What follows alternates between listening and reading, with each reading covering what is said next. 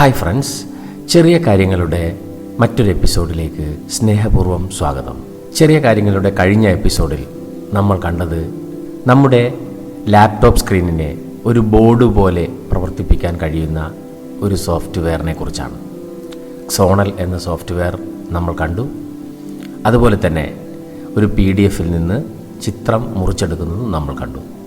ഇന്ന് നമ്മൾ കാണാൻ പോകുന്നത് OpenBoard എന്ന മറ്റൊരു സോഫ്റ്റ്വെയറാണ്.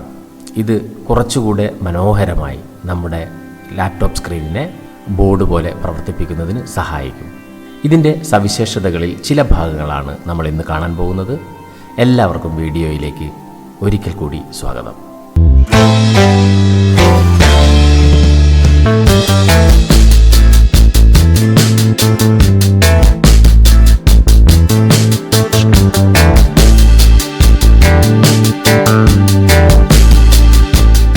OpenBoard എന്ന സോഫ്റ്റ്വെയർ നമുക്ക് വിൻഡോസിലും മാക്കിലും ഉബുണ്ടുവിലും ഒരേപോലെ പ്രവർത്തിപ്പിക്കാൻ കഴിയും എന്നതാണ് ഇതിൻ്റെ പ്രത്യേകത. ഉബുണ്ടു ഉപയോഗിക്കുന്നവർ സാധാരണയായി നമ്മുടെ സിസ്റ്റത്തിൽ OpenBoard ഉണ്ടാവില്ല. ഇത് ഒരു ഇൻബിൽറ്റ് സോഫ്റ്റ്വെയർ അല്ല, നമ്മൾ ഡൗൺലോഡ് ചെയ്തെടുക്കേണ്ടതുണ്ട്. അതിനെക്കുറിച്ചാണ് ഇനി നമ്മൾ ആദ്യം പറയാൻ പോകുന്നത്. മാക്, വിൻഡോസ് തുടങ്ങിയവ ഉപയോഗിക്കുന്നവർ OpenBoardൻ്റെ സൈറ്റിൽ പോയി അതൊന്ന് ഡൗൺലോഡ് ചെയ്തെടുക്കണം. ഉബുണ്ടു ഉപയോഗിക്കുന്നവർക്ക് ഡൗൺലോഡ് ചെയ്യാനായി ഈ വീഡിയോയുടെ താഴെ ഡിസ്ക്രിപ്ഷൻ ബോക്സിൽ നിങ്ങൾക്ക് ഒരു ലിങ്ക് നൽകിയിട്ടുണ്ട്. ആ ലിങ്കിൽ ക്ലിക്ക് ചെയ്യുക. ആ ലിങ്കിൽ ക്ലിക്ക് ചെയ്യുമ്പോൾ നമ്മൾ ഇങ്ങനെയൊരു ഇൻ്റർഫേസിലേക്കാണ് എത്തുക. ഇവിടെ നിന്നും OpenBoard ഇവിടെ കാണാം, പക്ഷേ OpenBoard തുറക്കരുത്. നമ്മൾ ഇവിടെ ഡൗൺലോഡിൻ്റെ ഒരു ഐക്കൺ കാണാം. അവിടെ പ്രസ് ചെയ്ത് കഴിഞ്ഞാൽ നമ്മളുടെ സിസ്റ്റത്തിലേക്ക് OpenBoard ഡൗൺലോഡായി വരും. ഇങ്ങനെ ഡൗൺലോഡായി വന്നു കഴിഞ്ഞാൽ പിന്നീട് നമ്മൾ ഡൗൺലോഡ്സിലേക്ക് പോവാം.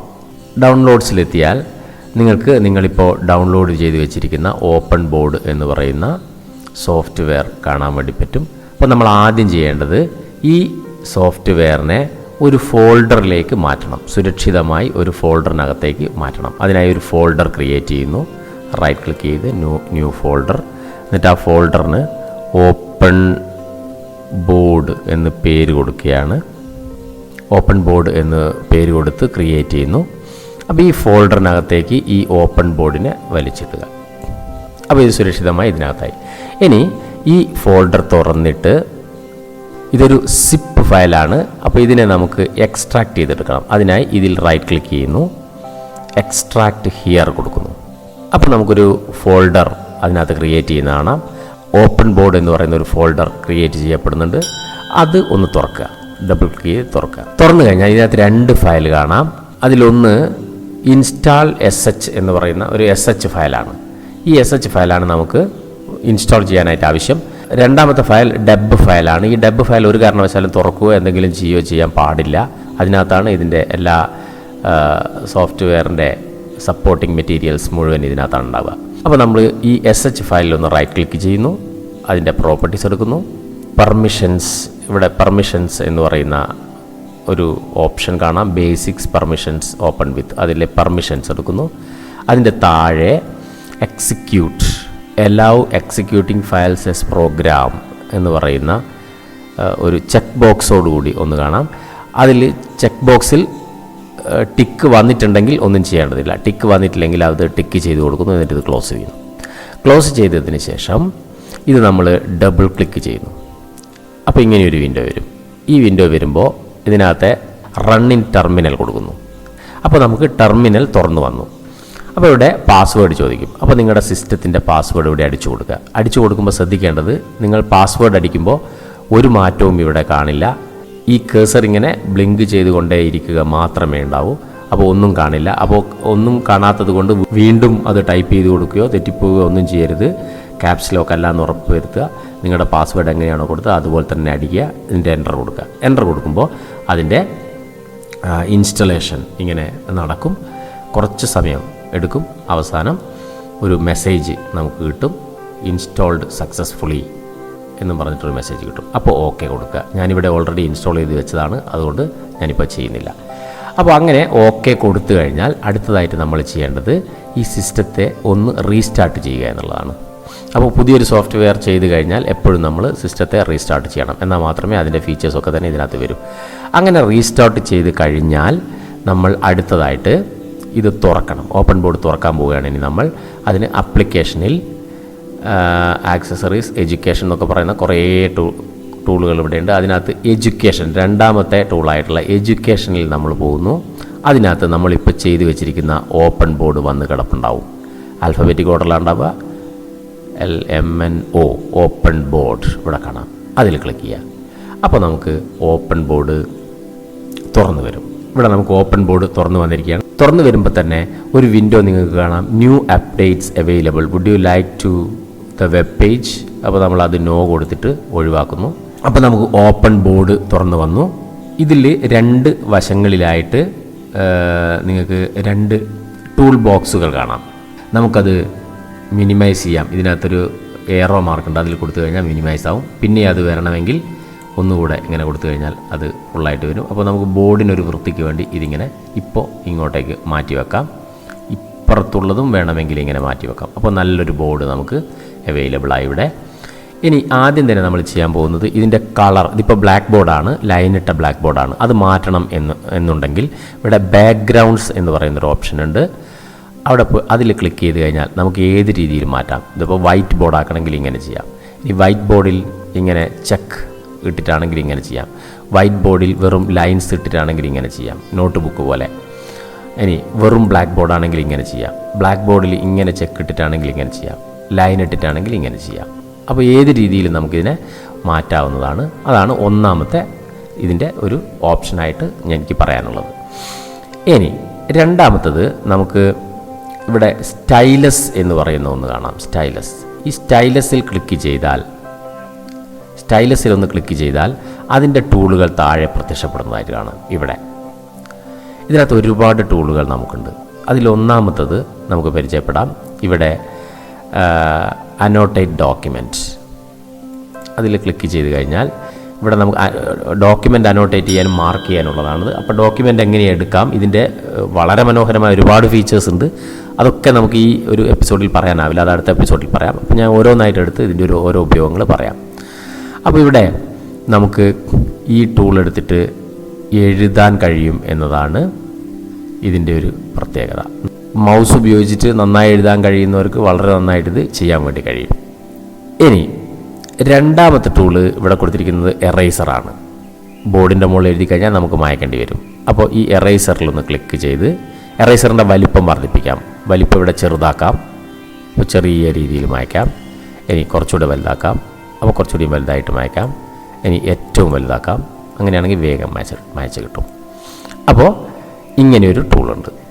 അടുത്ത ടൂള് ഇവിടെ കാണാം, ഹൈലൈറ്റ് ചെയ്യുന്ന ടൂളാണ്. നമ്മൾ നേരത്തെ സോണലിൽ കണ്ടതുപോലെ ഇവിടെ ക്ലിക്ക് ചെയ്തിട്ട് ഈ ഭാഗത്തെ നമുക്ക് ഹൈലൈറ്റ് ചെയ്ത് എടുക്കാവുന്നതാണ്. അതിൽ തന്നെ കളറ് സെലക്ട് ചെയ്യാം ഇവിടെ. അതുപോലെ തന്നെ പെൻസിലിനും എഴുതുന്നതിനും നമുക്കിവിടെ കളറ് സെലക്ട് ചെയ്യാം. ഇനി അടുത്ത ടൂള് സെലക്ട് ചെയ്യുന്ന ടൂളാണ്. ഇവിടെ ക്ലിക്ക് ചെയ്ത് കഴിഞ്ഞാൽ സെലക്ട് ചെയ്യാം. ഈ ടെക്സ്റ്റിനെ, ഈ ലെയറുകളെ ഒക്കെ തന്നെ നമുക്ക് ഓരോ അക്ഷരങ്ങളെയും ഒക്കെ സെലക്ട് ചെയ്ത് ചെയ്യാം. ഇങ്ങനെയുള്ള സൗകര്യം ഇതിനകത്തുണ്ട്. എഴുതിയത് എടുത്ത് അപ്പുറത്തേക്കും ഇപ്പുറത്തേക്കൊക്കെ വെക്കാനുള്ള സൗകര്യമുണ്ട്.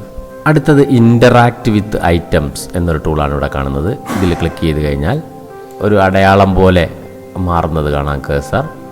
ഇനി അടുത്തത് നമുക്ക് ഇതിൻ്റെ പേജ് ഇങ്ങനെ ഏത് ഭാഗത്തേക്ക് കുറച്ചുകൂടി വലുതാക്കണമെങ്കിൽ ഇങ്ങോട്ട് വലുതാക്കാം, ഇങ്ങോട്ട് വലുതാക്കാം, താഴേക്ക് വലിക്കാം, മുകളിലോട്ട് കൊണ്ടുപോകാം. ഇങ്ങനെ ഇഷ്ടം പോലെ ചെയ്യാനുള്ള ഒരു ടൂളാണിത്. അടുത്തത് ഇതിനെ സൂം ചെയ്യാനുള്ള, ഇതിപ്പോൾ ഒന്നുകൂടി വലുതാക്കാം, ഇങ്ങനെ വലുതാക്കാം, അതിനുള്ള ടൂളാണ്. അതിൽ ക്ലിക്ക് ചെയ്താൽ മതി. അടുത്തത് സൂം ഔട്ടിനുള്ള ടൂളാണ്. ഇതെടുത്തു കഴിഞ്ഞാൽ ചെറുതായി വരും, ഇനിയും ചെറുതായി വരും. സൂം ഇൻ എടുത്തു കഴിഞ്ഞാൽ വലുതാവും. ഇങ്ങനെയുള്ള ടൂളുകളാണ്. ഇനി അതിനടുത്തത് ലേസർ പോയിൻ്ററാണ്. ഇതുപയോഗിച്ച് നമുക്കിവിടെ വായിക്കുന്നതിനനുസരിച്ച് ഇങ്ങനെ കാണിച്ചു കൊടുക്കാനുള്ള സൗകര്യമുണ്ട്.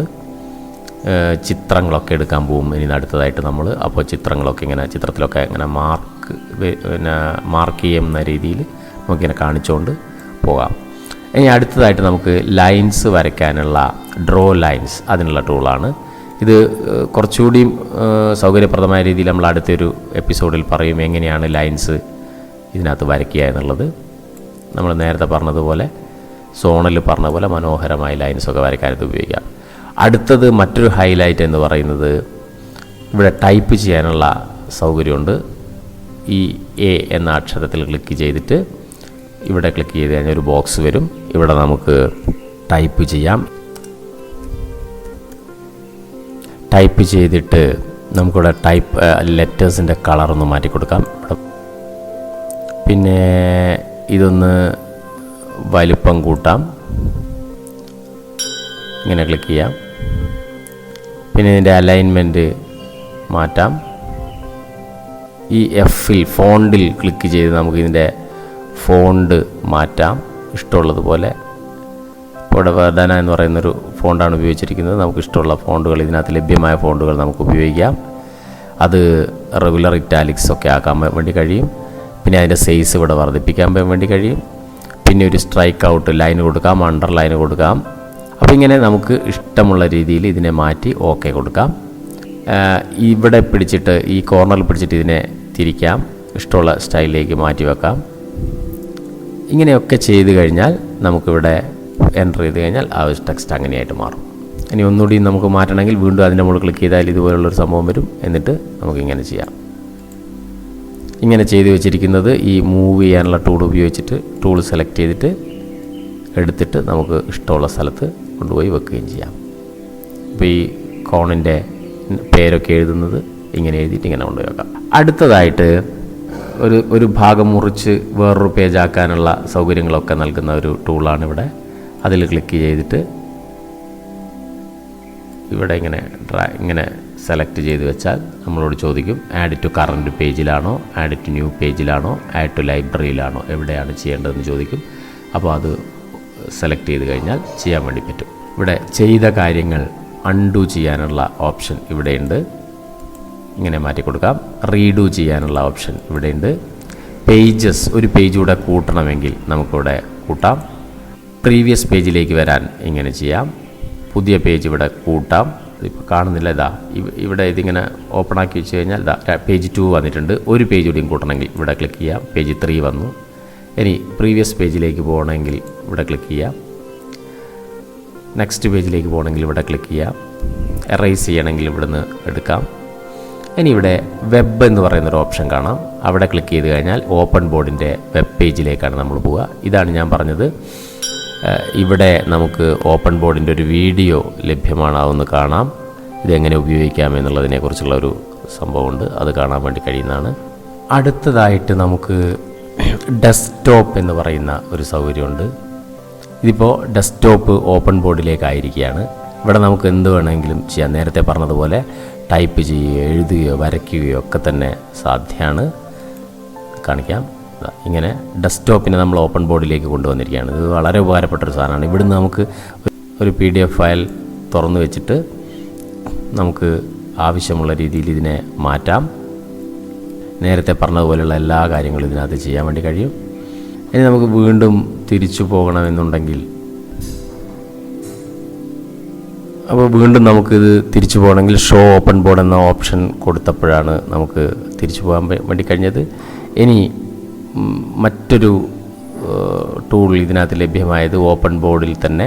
ഓപ്പൺ ബോർഡിൽ ക്ലിക്ക് ചെയ്താൽ താഴെ പോഡ്കാസ്റ്റ് എന്ന് പറയുന്ന ഒരു ഉപകരണം ഇവിടെയുണ്ട്.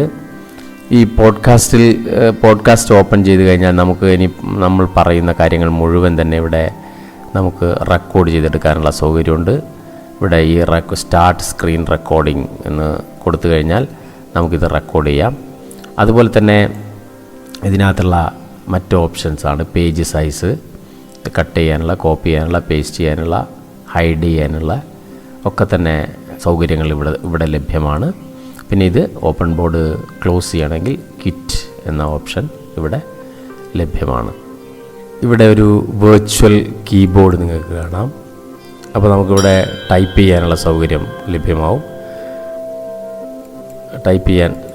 ടൈപ്പിംഗ് നമ്മൾ നേരത്തെ പറഞ്ഞു ടൈപ്പ് ചെയ്യാനുള്ള ബോക്സ് എടുത്ത് വെച്ച് കഴിഞ്ഞാൽ ഇവിടെ ഇങ്ങനെ ടൈപ്പ് ചെയ്യാനുള്ള ഒരു സൗകര്യവും ഉണ്ട്.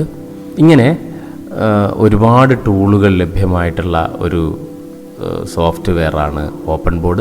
ഇനിയും നമ്മളെ അതിശയിപ്പിക്കുന്ന രീതിയിലുള്ള മാത്സ് ടീച്ചേഴ്സിനും ജോഗ്രഫി ടീച്ചേഴ്സിനും അതുപോലെ തന്നെ ഭാഷ പഠിപ്പിക്കുന്നവർക്കൊക്കെ തന്നെ അതിശയിപ്പിക്കുന്ന രീതിയിൽ ക്ലാസ്സുകൾ മനോഹരമായി ചെയ്യാൻ പറ്റുന്ന രീതിയിൽ ഉപകരിക്കുന്ന ഒരുപാട് ടൂളുകൾ ഇതിനകത്തുണ്ട്. അതൊക്കെ തന്നെ നമ്മൾ അടുത്ത ഒരു എപ്പിസോഡിൽ നമ്മൾ കാണും. അപ്പോൾ ഇന്ന് പറഞ്ഞ OpenBoardുമായി ബന്ധപ്പെട്ട വളരെ ബേസിക് ആയിട്ടുള്ള കാര്യങ്ങൾ നിങ്ങൾക്ക് എല്ലാവർക്കും ഉപകാരപ്പെട്ടു എന്ന് കരുതുന്നു. ഈ വീഡിയോയുടെ തുടക്കത്തിൽ പറഞ്ഞ ലിങ്കിൽ ക്ലിക്ക് ചെയ്ത് OpenBoard എല്ലാവരും ഒന്ന് ഇൻസ്റ്റാൾ ചെയ്യുക.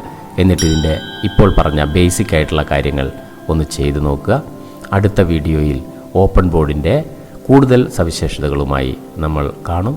അതുവരെ ബൈ.